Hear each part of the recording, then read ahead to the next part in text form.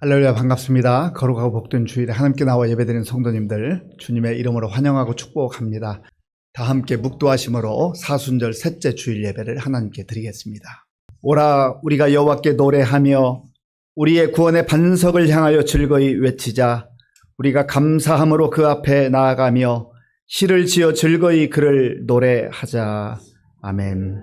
찬양을 받으시기 합당하신 아버지 하나님 감사합니다. 거룩하고 복된 주일에 주의 자녀들을 주님 앞에 불러주시고 우리의 마음을 다하여 영과 진리로 예배드리게 하시니 감사합니다. 우리의 예배를 기쁘게 받아주시고 예배 가운데 임재하셔서 우리 모든 성도들 한 사람 한 사람 그 심령 속에 생명의 말씀으로 하늘의 소망으로 충만케 하여 주시옵소서. 예수님의 이름으로 기도하옵나이다. 아멘. 교독문 126번을 교독하겠습니다. 여호와여, 나의 영혼이 주를 우러러 보나이다.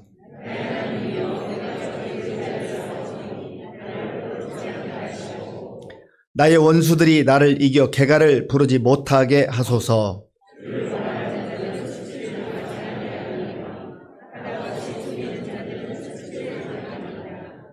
여호와여, 주의 도를 내게 보이시고 주의 길을 내게 가르치소서.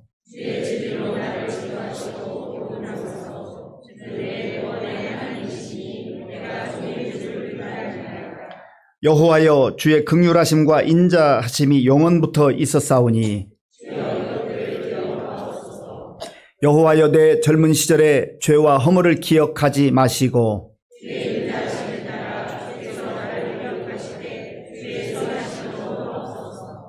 여호와는 선하시고 정직하시니 그러므로 그의 도로 죄인들을 교훈하시리로다.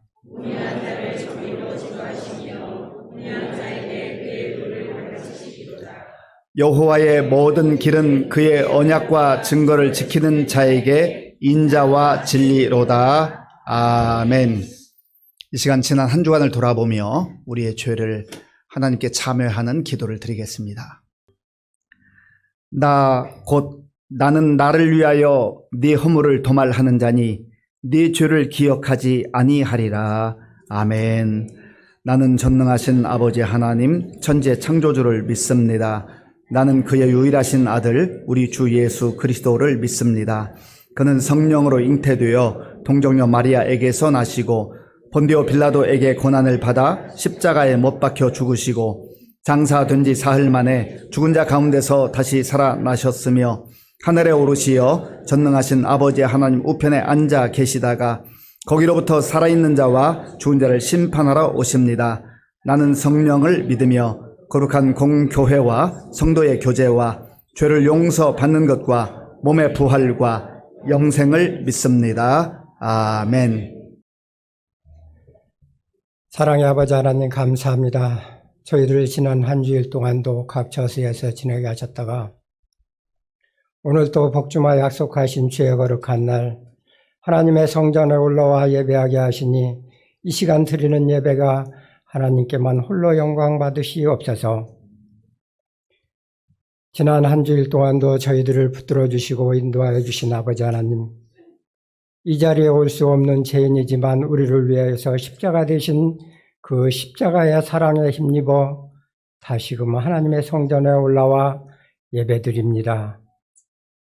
그러나 그 사랑을 우리가 받았음에도 그 사랑에 감사하며 살아가지 못하고 우리의 못난 모습 속에 하나님을 섭섭해 해드린 우리의 부끄러운 모습들 주님 이 시간 고백합니다.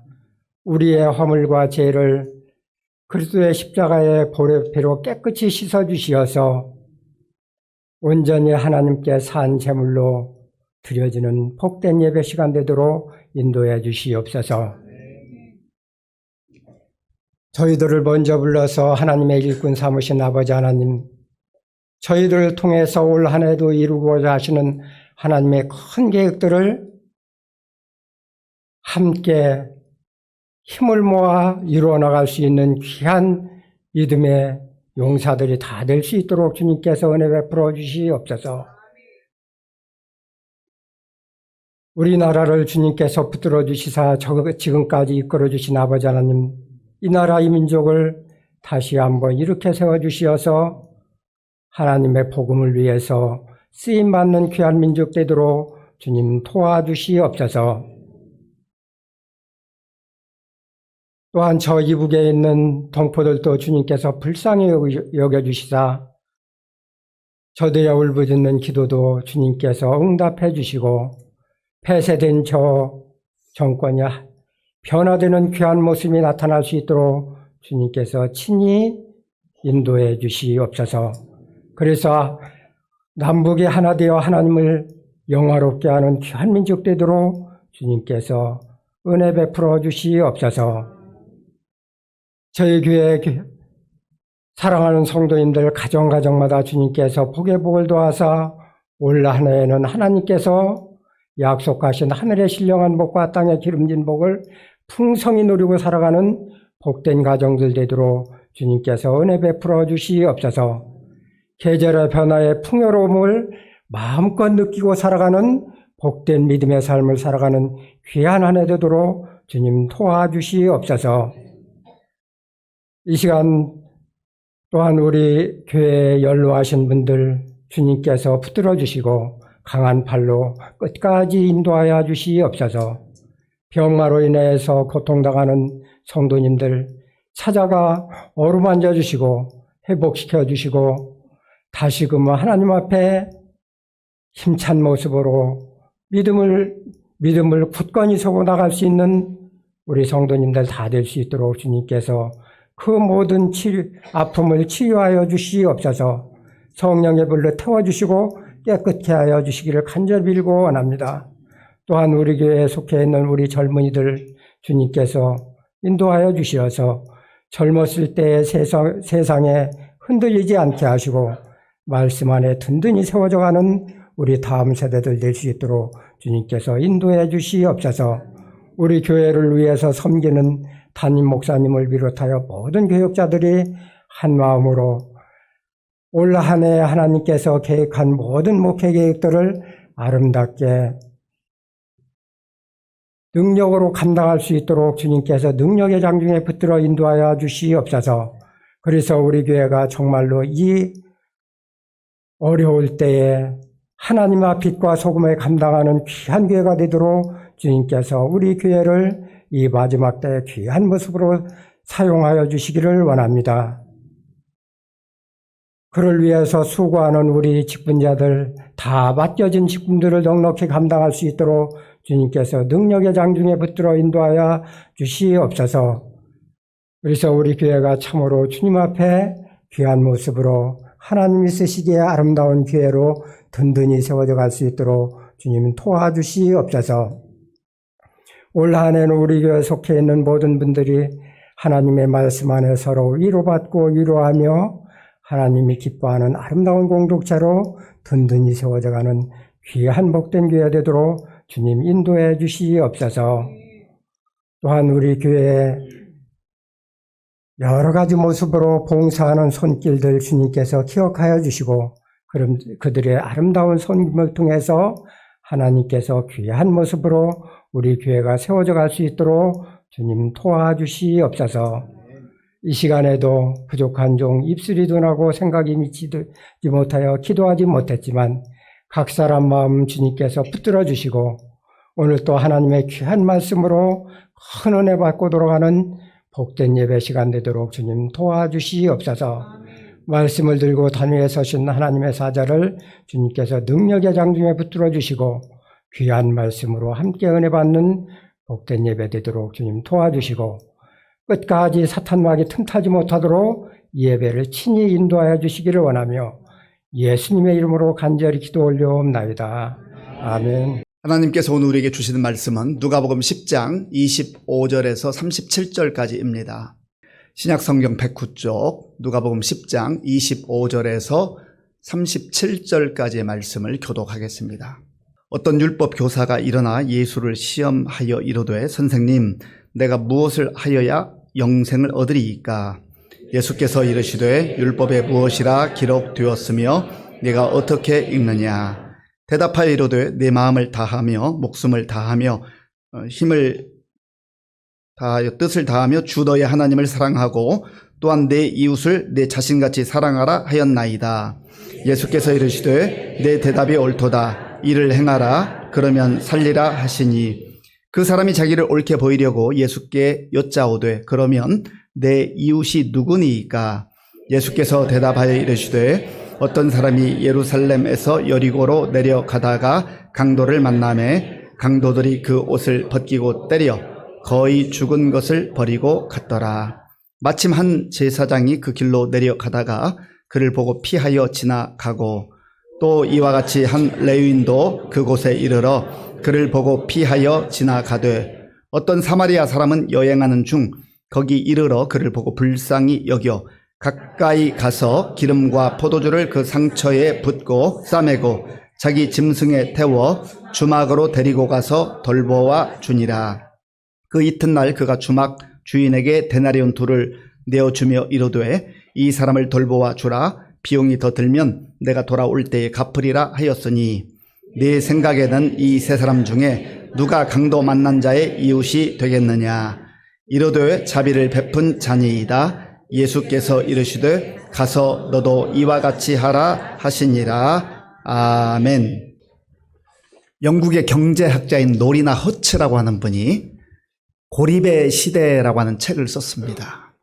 지금 이 시대는 고립의 시대라는 거예요. 사람들이 점점점 고립되어 살아가고 있다라는 겁니다. 특별히 코로나19 이후의 사회 현상이 점점점 고립화되어 간다는 거죠. 사람들은 많은 것 같은데 사람들이 한 사람 한 사람 홀로 고립되어 너무나도 쓸쓸하게 외롭게 살아가고 있다라는 겁니다. 저 여러분들은 어떻습니까? 우리가 도시 생활에 이제 익숙해졌는데 우리 대한민국에 아파트가 얼마나 많아요. 아파트 문화가 편리하고 좋은 것도 있습니다만 또 어떤 경우는 같은 라인에 누가 사는지 모르는 것은 말할 것도 없거니와 내 앞집에 누가 살고 있는지도 모르는 경우가 있다라는 거죠. 고립되어 있어요. 내 마음을 알아주는 사람 없고 어디 가서 말할 데도 없고 만날 사람도 많지 않고 고립되어 있습니다. 겉으로 볼 때는 전과 비교해보면 얼마나 화려한 시대에 살고 있습니까? 너무 화려하잖아요. 꿈 같은 세상에 우리가 사실 살고 있는 거거든요. 이 연결이 다 끊어져요. 그러니까 SNS로 연결하고 싶은 거예요. SNS. 유튜브를 보고 또 카톡을 보내고 자기하고 상관없는 그런 곳에 들어가서 좋다, 싫다, 그렇게 이제 댓글을 남기기도 하고. 우리나라도 이미 초고령화 사회에 접어들었습니다. 이제 100세 시대가 되면서 우리나라에 많은 어르신들이 살아가고 있어요. 우리나라 65세 이상을 기준으로 홀로 사는 독거노인이 221만 명입니다. 65세 이상의 기준으로 약 22%에 해당되는 그러한 숫자입니다. 누가 찾아오지 않아요. 갈 때도 그렇게 마땅치 않아요. 누가 말을 걸어오지도 않습니다. 밥을 홀로 먹고 혼자 지내고 그래도 이렇게 교회 공동체에 나와서 함께 예배드리고 또 소그룹에 속해서 교제하고 하는 것은 참 행복한 일이지요. 어디 65세 이상 어른들만 그렇습니까? 또 장년은 장년대, 중년은 중년대로 뭐가 그렇게 바쁜지 쫓겨다니듯이 사는데 마음의 여유는 없어요. 나 혼자 고립되어 있는 것은 아닌가, 그러한 생각에 사로잡혀서 우울감에 빠지기도 합니다. 요즘 청년들은 어때요? 청년들이 패기가 있고 희망이 있고 비전과 꿈을 가지고 정말 도전하고 해야 되는데 동굴 속에 갇혀있는 홀로 갇혀 사는 청년들이 많이 있다고 그러잖아요. 나오질 않아요. 혼자 밥 먹고 혼자 지내고 뭘 하고 어떻게 지내는지 모를 정도로 그렇게 고립에 갇혀 있는 그런 청년들도 많습니다. 이런 시대 속에서 우리 그리스도인들이 어떻게 살아야 될 것인가? 우리는 어떤 마음과 어떤 자세를 가지고 살아야 될 것인가? 오늘 본문의 말씀을 통해서 한번 살펴볼 수 있기를 바랍니다. 오늘 본문에는 율법학자가 예수님께 두 가지 질문을 합니다. 첫 번째 질문이 25절에 있습니다. 25절을 우리 함께 읽겠습니다. 어떤 율법 교사가 일어나 예수를 시험하여 이르되 선생님 내가 무엇을 하여야 영생을 얻으리이까? 아멘. 어떤 율법 교사, 서기관이라고 하기도 하고요. 율법에 능통한 자입니다. 율법의 전문가예요. 바리새인들도 율법의 전문가였잖아요. 이들은 종교적 지도자들이었습니다. 종교적 열심히 뛰어난 사람들이었어요. 이 당시는 신약 성경이 없는 시절이니까 구약 성경만 있던 때예요. 이들은 구약 성경을 달달 외울 정도로 대단한 실력자들이었습니다. 그런데 이 율법 학자가 예수님께 질문을 하는데 질문의 의도가 예수를 시험하여 이르되, 예수님을 시험하기 위해서 지금 질문을 하는 거예요. 선생님, 내가 무엇을 하여 영생을 얻으리이까? 자기 실력을 과시하고 싶었을까요? 아니면 예수님께 칭찬받고 인정받고 싶었을까요? 뭘 기대한 것일까요? 어쨌든 예수님을 시험하는 이 질문의 의도가 그렇게 좋아 보이지 않습니다. 그때 예수님께서 역질문을 하십니다. 그 내용이 26절에 있는데 제가 26절 읽어보겠습니다. 예수께서 이르시되 율법에 무엇이라 기록되었으며 네가 어떻게 읽느냐? 예수님은 그 사람의 마음과 생각과 상태를 다 아시잖아요. 너 율법 학자지. 너 율법 잘 알고 있지. 율법에 뭐라고 기록되어 있는데? 라고 역질문을 하셨습니다. 그때에 이 율법 학자는 자기의 그 뛰어난 실력을 1초의 망설임도 없이 답변하면서 과시를 합니다. 그 내용이 27절에 있는데요. 27절은 제가 읽어보겠습니다. 대답하여 이르되 내 마음을 다하며 목숨을 다하며 힘을 다하며 뜻을 다하여 주 너의 하나님을 사랑하고 또한 내 이웃을 내 자신같이 사랑하라 하였나이다. 아멘. 이 답변을 하면서 율법 학자는 뿌듯했을 겁니다. 그렇지. 내가 이렇게 실력이 있지. 율법을 잘 알고 있지. 구약 성경의 내용, 또 모세오경의 내용, 그 중에서 축약하면 십계명, 이 내용은 크게 두 가지로 정리할 수 있습니다. 하나는 마음과 뜻과 정성을 다하여 목숨을 다하여 주 너의 하나님을 사랑하라. 하나님을 사랑하는 것. 그리고 내 이웃을 내 몸과 같이 사랑하라. 하나님을 사랑하고 이웃을 사랑하는 것, 그것이 하나님께서 주신 구약에 나타난 말씀의 핵심 내용이에요. 이 율법학자가 대답을 잘 했습니다. 정답을 말한 거예요. 그때 예수님께서 덧붙이는 말씀이 무엇입니까? 그 내용이 28절에 있어요. 우리 28절 함께 읽겠습니다. 예수께서 이르시되 내 대답이 옳도다. 이를 행하라. 그러면 살리라 하시니 아멘. 내 대답이 옳도다. 너 참 답변 잘했다. 잘 알고 있네. 그러나 거기서 멈추는 게 아니에요. 이를 행하라. 네가 알고 있는 것을 행하라. 하나님이 들려주신 말씀을 행하라. 그리하면 살 것이다. 행하는 거죠. 순종하는 거죠. 그 말씀대로 살아내는 거죠. 거기에 하나님 백성의 능력이 있습니다. 하나님 기뻐하는 삶이 있는 거예요. 그러면 살리라. 산단 말은 잘 산단 말이에요. 제대로 산단 말이에요. 하나님 기뻐하는 삶을 산단 말이에요. 아는 것 가지고는 안 돼요. 성경구를 달달 암송하는 것 갖고는 안 돼요. 이를 행하라. 이를 행하라. 순종의 단계까지 나아가라는 것이죠. 오늘 저 여러분들 어떻습니까? 성경을 많이 읽고 성경 지식이 있고 성경에 능통하고 암송도 잘할 수 있습니다. 주님께서 우리에게 동일하게 말씀하십니다.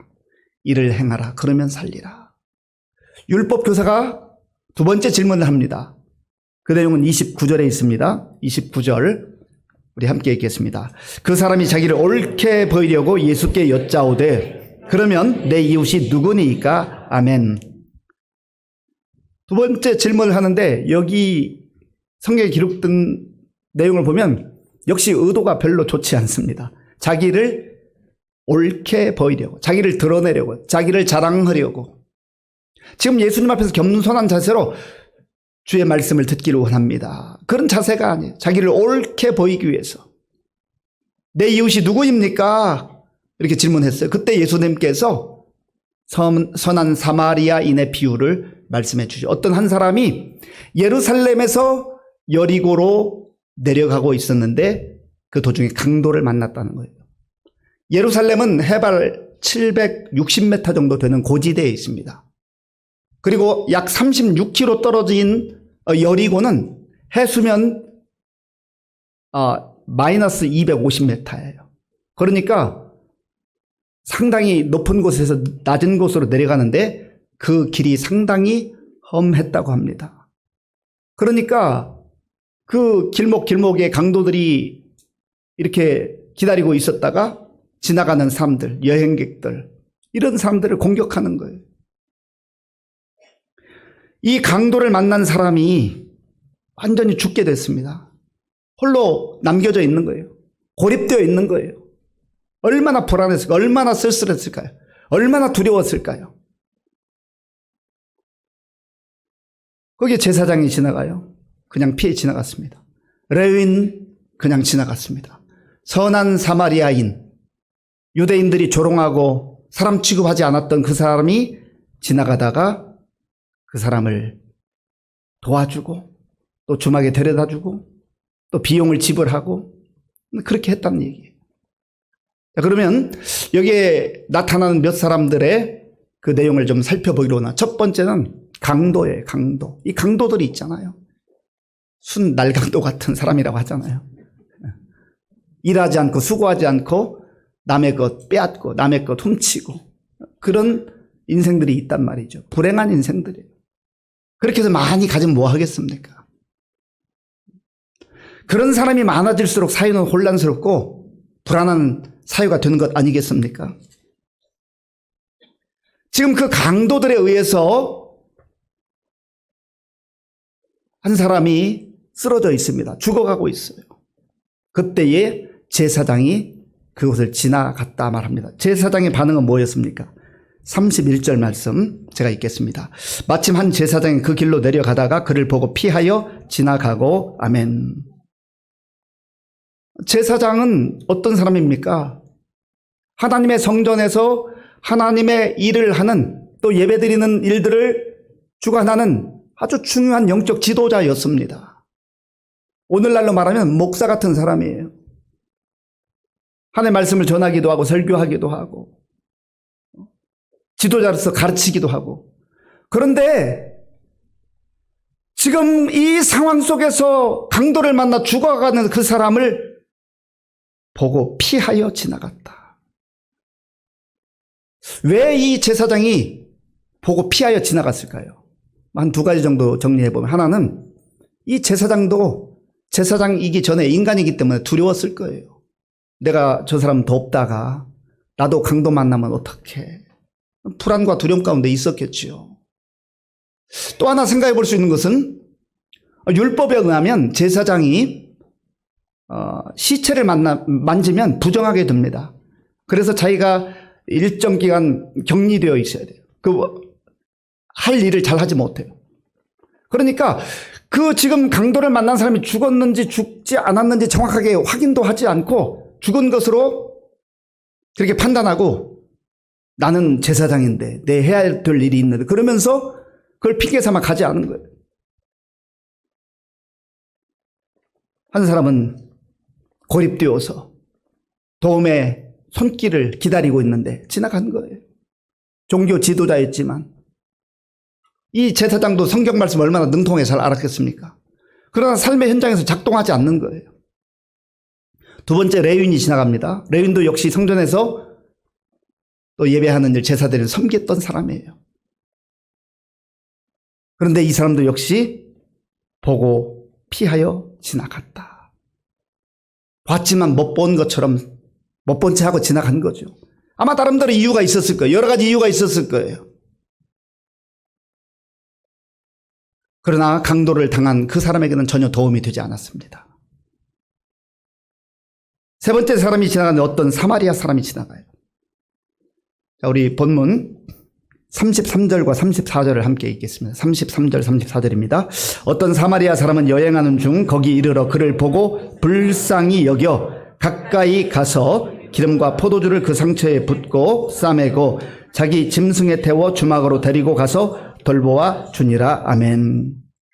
어떤 사마리아 사람은 이미 말씀드린 대로 유대인들에게는 사람 취급받지 못하고 손가락질 당하고 온갖 수모를 당하면서 살았던 그러한 사람들입니다. 그런데 여행하는 중에 이 사람도 나름대로 일정이 있어요. 계획이 있어요. 지금 급히 가야 됩니다. 그런데 그를 보고 다 그 사람을 봤어요. 제사장도 봤고 레위인도 봤는데 제사장과 레위인은 두려움에 떨었던지 아니면 어떤 핑계를 대면서 지나가 버렸어요. 이 사마리아 사람도 왜 핑계가 없었겠어요? 왜 자기 상황을 설명할 수 없었겠어요? 그러나 그를 보고 그는 어떤 사람이 강도 당한 사람, 강도 만난 사람, 외롭고 쓸쓸하고 고통 가운데 홀로 눈물을 흘리는 그 사람을 보고 불쌍히 여겼다. 이게 중요한 거예요. 불쌍히 여겼다. 이 불쌍히 여기다라는 단어가 스플랑크 니조마이라는 단어인데요. 창자가 끊어지는 마음을 가지고 그 사람을 본 거예요. 뭐 내 문제도 아닌데, 내 가족도 아닌데, 대수롭지 않게 생각하고 그냥 지나갈 수 있지만, 스플랑크 니조마이, 창자가 끊어지는 애통한 마음으로 그 사람의 고통에 동참한 겁니다. 이 불쌍히 여기다 스플랑크 니조마이는 예수님께서 무리를 보실 때 불쌍히 여기셨다. 예수님의 마음이에요. 예수님의 눈으로 그를 바라본 거예요. 비록 유대인들에게는 멸시당하고 유대인들이 알아주지 않는 그런 사마리아 사람이지만 그 마음은 다른 거죠. 하나님 마음, 아버지의 마음을 품고 그를 보는 겁니다. 그리고 가까이 가서 이 사마리아 사람은 겁이 없었겠습니까? 두려움이 없었겠어요? 이 사람도 같은 생각을 했을 거예요. 여기는 강도가 많이 다니는 곳이 나타나는 곳이 저 사람이 죽은 거 이렇게 당해보면 나도 당할지 모르는데 그런 불안과 두려움이 왜 없었겠습니까? 그러지만 가는 거예요. 그 사람에게 다가가는 거예요. 가까이 가서 기름과 포도주를 붓고 상처를 싸매어 주었다. 응급조치를 하고 이 사람을 자기 짐승에 태워서 뭐 낙타 같은 데 태웠겠죠. 그리고 주막에 데리고 가서 거기서 돌보아 주니라. 섬긴 거예요. 누군가를 돌볼 때는 그 마음을 쏟아 부어야 되고 시간을 할애해야 되고 또 물질을 할애해야 됩니다. 써야 돼요. 35절에 있잖아요. 그 이튿날 그가 주막 주인에게 데나리온 2를 주며 이르되 이 사람을 돌보아 주라. 비용이 더 들면 내가 돌아올 때 갚으리라 하였으니 아멘. 주막 주인에게 데나리온 2를 줬으면 데나리온은 로마 제국 시대의 화폐 단위인데 한 데나리온은 노동자가 하루 열심히 일해서 받는 일당을 말합니다. 그러니까 2 데나리온이라고 하는 것은 이틀 동안 열심히 일해서 버는 그 금액에 해당되는 돈을 그 주막 주인에게 준 거예요.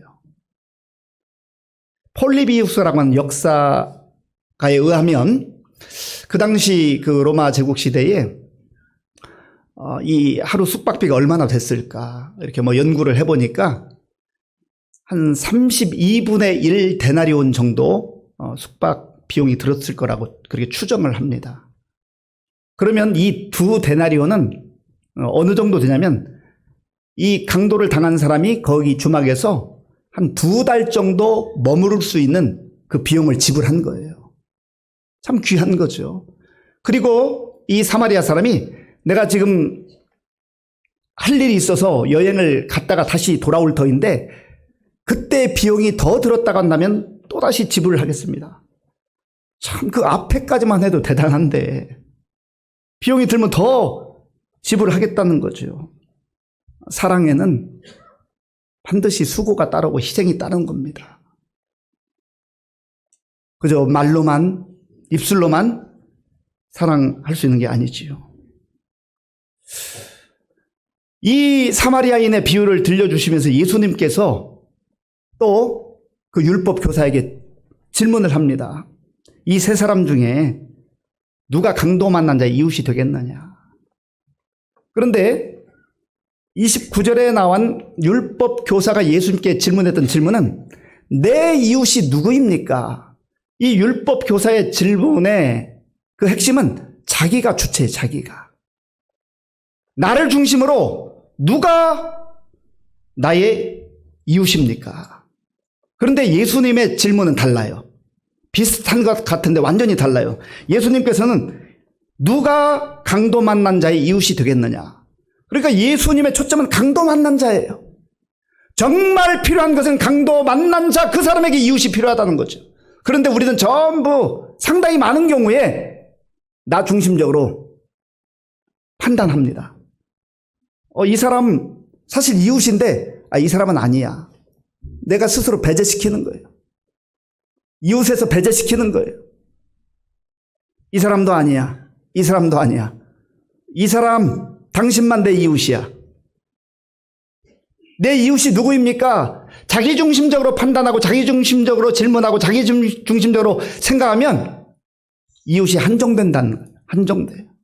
그런데 예수님의 질문법은, 예수님의 질문의 핵심은 강도 만난 자, 그 사람의 이웃이 누구이겠느냐. 바로 이것입니다. 우리가 신앙생활 한다는 것은 나 중심으로 보던 시야를 주님의 눈으로 보는 거예요. 그리고 연약하고 고통당하는, 그리고 고립 가운데 있는 그 사람을 주목하여 보는 거죠. 그럴 때에 진정한 그 강도 만난 자의, 눈물을 흘리고 있는 자의, 고립 가운데 있는 그 사람의 이웃이 되어줄 수 있다라고 하는 것입니다. 예수 믿는 것은, 또 예수 믿고 우리의 신앙이 성장한다는 것, 성숙해진다는 것은 질문이 달라지는 거예요. 이 율법 교사의 질문에서 예수님의 질문으로 질문이 달라지는 것을 의미하는 겁니다. 신명기 14장 29절에 이렇게 말씀하고 있습니다. 우리 함께 읽겠습니다. 너희 중에 분깃이나 기업이 없는 레위인과 내 성중에 거류하는 객과 및 고아와 과부들이 와서 먹고 배부르게 하라. 그리하면 내 하나님 여호와께서 내 손으로 하는 범사에 내게 복을 주시리라. 아멘. 기업이 없는 레위인들, 그리고 성중에 거류하는 객이라고 되어 있는 이 단어는 나그네라고 번역되기도 합니다. 그리고 이방인 혹은 외국인이라고도 말할 수 있습니다. 외국인으로 산다는 게 얼마나 힘들고 불편해. 낯선 나라에 가서 외국인으로 산다는 건 정말 힘들고 때로는 서럽거든요. 외국인 중에도 그래도 좀 여건이 괜찮은 가운데 사는 사람은 괜찮지만 대부분의 경우 외국인으로 살아갈 때 힘들어요. 어려워요. 저도 이방인으로, 외국인으로 오랫동안 살아보니까 참 서러운 거 많더라고요. 외로울 때, 고립될 때가 있어요. 그리고 고아와 과부, 누군가의 돌봄을 필요로 하는 사람들, 하나님께서는 그들을 기억하라는 거지요. 그들에게 자비가 필요하다는, 그들이 우리의 이웃이라는 거예요. 오늘 이 시대 속에서 우리가 가만히 살펴보면 정말 고립 가운데 있는 분들이 많습니다. 물리적으로 강도로의 칼을 맞은 사람, 뭐 그런 사람도 있겠지만은 또 심정적으로, 상황적으로 마음에 상처를 받고 고통당하며 피눈물을 흘리며 나 혼자밖에 남아있지 않다고 그렇게 강도 만난 심정으로 살아가는 주변 사람들이 얼마나 많습니까? 저 멀리 있는 게 아니에요. 우리 가족 중에도 있고 우리 성도들 중에도 있고 또 우리 가까이 사는 이웃 중에도 있습니다. 그들을 보라는 거죠. 그들을 긍휼히 여기란 말이죠. 그들에게 가까이 가란 말이죠. 그들을 위해서 나의 바쁜 시간이지만 나의 시간을 내어놓고 나의 물질도 내어놓고 섬기라는 거예요. 사실 우리도 강도 만난 사람들과 같은 그런 고통의 시절 지나고 있을 때 나에게도 사마리아와 같은 선한 이웃들이 찾아온 적이 있습니다. 주의 이름으로 나를 찾아와서 내 손을 잡아주고 흐르는 눈물을 닦아주고 나에게 필요한 것들을 제공하는 그런 귀한 무명의 사마리아와 같은 사람들이 있었기 때문에 우리가 오늘 여기까지 온 것 아닙니까?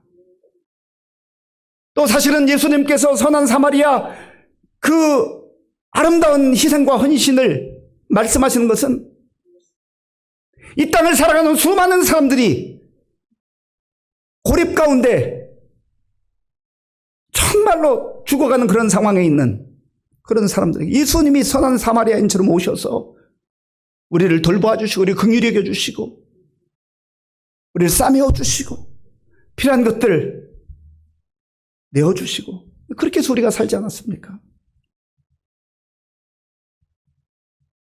예수님께서 율법 교사에게 이 세 사람 중에 누가 강도만한 자의 이웃이 되겠느냐? 그럴 때 율법 교사는 또 정답을 말해요. 그 내용이 37절에 있습니다. 우리 37절 함께 읽겠습니다. 이르되 자비를 베푼 자니이다. 예수께서 이르시되 가서 너도 이와 같이 하라 하시니라. 아멘. 자비를 베푼 자니이다. 정답을 맞추는 게 중요한 게 아니에요. 가서 너도 이와 같이 하라. 주님이 우리에게 원하시는, 요청하시는, 또 명령하시는 말씀입니다. 지난 주간에 참 우리의 마음을 흐뭇하게 하는 뉴스가 있었습니다. 경북 의성 지역에 그 수도 검침원, 그 수도 계량기를 이렇게 검침하는 검침원이 요즘에는 아주 시대가 많이 좋아져서 그 컴퓨터로 원격 시스템으로 어느 집에서 물을 많이 사용하는지 이걸 다 확인할 수 있나 봐요. 어느 산골마을 외딴 집에 살고 있는 홀로 사는 어른이 있는데 거의 며칠 새 물 사용량이 급격히 늘어났다는 거죠. 그래서 이 검침원이 그냥 넘어갈 수도 있지만은 119에 신고하고 또 이장에게 연락이 되고 해가지고 가보니까 이 할머니가 쓰러져 있는 거예요. 그대로 내버려 두면 돌아가실 거 아니겠어요? 그 관심과 그 긍휼 여기는 마음과 그런 마음이 있었기 때문에 본인이 직접 가지 않았다 할지라도 그 사람은 그 할머니에게 선한 사마리아와 같은 그런 사랑을 베푼 것 아니겠습니까? 교회가 오늘 이 시대에 다음 세대 교육을 위해서 또 다음 세대 부흥을 위해서 많이 강조하고 지원하기도 합니다. 우리 교회도 그렇게 하고 있습니다. 그러나 그에 못지않게 우리 교회뿐만 아니라 이 사회의 실버 세대들, 많은 어르신들, 이 장수하는 시대 속에서 우리가 그들을 잘 섬기고 그들을 돌보고 그들을 또 긍휼히 여기는 마음, 그들을 섬기는 돌봄에 그러한 것도 같이 병행이 된다는 거죠. 우리 지난 주간에 실버 대학을 개강했습니다. 그동안에 코로나 때문에 중단되어 있다가 개강을 했는데 우리 33분의 어른들이 와가지고 얼마나 기뻐하고 행복해하는지요. 그리고 또 11분이 오셔서 함께 자원봉사하며 그들을 섬기는 그런 아름다운 섬김을 했습니다. 얼마나 귀한지 몰라요. 홀로 있으면 외롭고 쓸쓸할 텐데 서로 그렇게 돌보는 거죠. 서로 합력하여 선을 이루는 거죠. 저희 어머니가 주간보호센터에 다니시는데요. 월요일부터 금요일까지 다니셔요. 처음에 가시라고 이렇게 저희가 이제 좀 권했어요. 처음에는 안 가시겠다는, 내가 왜 그런 데를 가야 되느냐고. 그러더니 이제 적응해서 이렇게 지나시더니 월요일부터 금요일까지 토요일 하루 쉬시는데 너무 심심하다는 거예요. 너무 심심하다. 어떤 때는 아침 일찍부터 전화가 와요. 그래서 제가 몇 개월 전부터는 아침 저녁으로 전화를 드립니다. 아침 저녁으로. 생각해봐요. 혼자 사시는데 얼마나 쓸쓸하실까, 외로우실까. 특히 주간보호센터 가지 않는 그날은 너무 심심하다는 거죠. 제가 해드릴 수 있는 게 갈 기회가 있으면 가끔 가서 찾아뵙고 하지만 전화하는 것은 아침 저녁으로 할 수 있잖아요. 어떤 식으로든 우리가 할 수 있는 것, 우리의 마음이 가고 우리의 생각이 가고 우리의 또한 물질이 가고 우리의 사랑이 가고 그럴 때에 하나님께서 우리의 그 작은 섬김을 통해서 고립 가운데 있는 사람들이 살아나고 회복되는 그러한 역사를 허락하실 줄로 믿습니다. 우리 주님께서도 우리에게 말씀하셔요. 말과 혀로만 하지 마라. 교회 다니는 사람들, 예수 믿는 사람들 말은 잘하더라. 그렇게 하지 말라는 거예요. 그래서 사랑의 사도 요한을 통해서 하나님께서 말씀하시는 요한 1서 3장 18절 말씀 함께 읽겠습니다. 자녀들아 우리가 말과 혀로만 사랑하지 말고 행함과 진실함으로 하자. 대단한 것이 아니라도 우리가 할 수 있는 것 해보자는 거죠. 우리 하나님께서도 우리를 사랑하실 때 거저 말씀으로만 사랑한 게 아니에요. 요한복음 3장 16절 말씀, 하나님이 세상을 이처럼 사랑하사 독생자를 주셨으니 이는 그를 믿는 자마다 멸망하지 않고 영생을 얻게 하려 하심이라. 이 세상에서 죄 가운데 강도 만나 같은 저와 여러분들을 위해서 우리 하나님께서 독생자를 내어주심으로 우리를 살리신 거예요. 그런 은혜를 우리가 입었습니다. 사랑하는 성도 여러분, 우리의 눈을 들어 가만히 보면 우리 주변에, 멀리가 아니에요, 가까이에, 가족으로부터 우리 성도들, 이웃 가운데에 마치 심정적으로 강도를 만난 사람과 같은 그런 고립 가운데, 외로움 가운데, 고통 가운데 눈물 흘리는 분들이 있습니다. 그분들을 주의 눈으로 보고 주의 마음으로 바라보시고 가까이 가서 돌보는 가운데 하나님의 놀라운 사랑의 역사가 우리의 삶을 통하여서 펼쳐져 주시기를 간절히 바랍니다. 아버지 하나님 감사합니다. 오늘 우리에게 주신 말씀을 마음에 깊이 새기게 하시고 우리의 삶의 자리에서 할 수 있는 것 감당할 수 있도록 주여 도와주시고 강도 만난 자들의 이웃이 내가 될 수 있는 은혜를 누리게 하여 주시옵소서. 예수님의 이름으로 기도하옵나이다. 아멘. 아버지 하나님 감사합니다. 주께서 베풀어 주신 은혜 가운데 구별하여 주일헌금 11조 감사헌금과 각종 목적 헌금을 믿음으로 드립니다. 기쁘게 받아주시고 이 물질이 쓰이는 곳에 주의 사랑과 복음이 전파되게 하시고 또 강도 만난 자와 같은 사람들에게 귀하게 쓰여지게 하여 주시옵소서. 믿음이 연약해서 허덕이는 분들 말씀이 생각나게 하시고 다시금 믿음이 회복되게 하시며 연로함으로 어려움 가운데 있는 분들 주께서 샘 주시고 소망을 허락하시며 질병으로 인하여서 눈물로 기도하며 치료 중에 있는 분들 주께서 함께 하시고 만져주시고 치료의 역사로 함께하여 주시옵소서.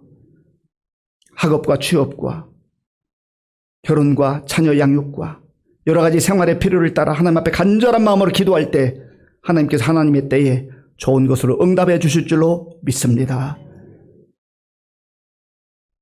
우리나라와 민족을 긍휼히 여겨주시고 속히 안정되게 하시며 지금도 복무하고 있는 우리 청년들 하나님께 기억해 주시고 지금도 세계 열방에 나아가 복음 전하는 선교사님들 주의 능력으로 붙잡아 주시옵소서. 예수님의 이름으로 축복하며 기도하옵나이다. 아멘. 지금은 우리 주 예수 그리스도의 은혜와 우리 아버지 하나님의 크신 사랑과 성령님의 교통하심과 역사하심과 인도하심이 율법 교사의 질문이 아니라 예수님의 질문으로 누가 강도 만난 자의 이웃이 되겠느냐, 그 질문에 바로 제가 그 사람의 이웃이 되겠습니다 라고 고백하며 결단하며 선한 사마리아인처럼 살기로 결단한 모든 성도들 머리 위에와 저들의 가정과 자녀들과 일터 위에와 주님의 몸는 교회 위에와 저 북녘에 있는 동포들 위에 우리나라와 민족 가운데 그리고 지금도 세계 열방에 나가 복음 전하는 선교사님들 위해 이제로부터 영원토록 함께 하옵시기를 간절히 축원하옵나이다. 아멘.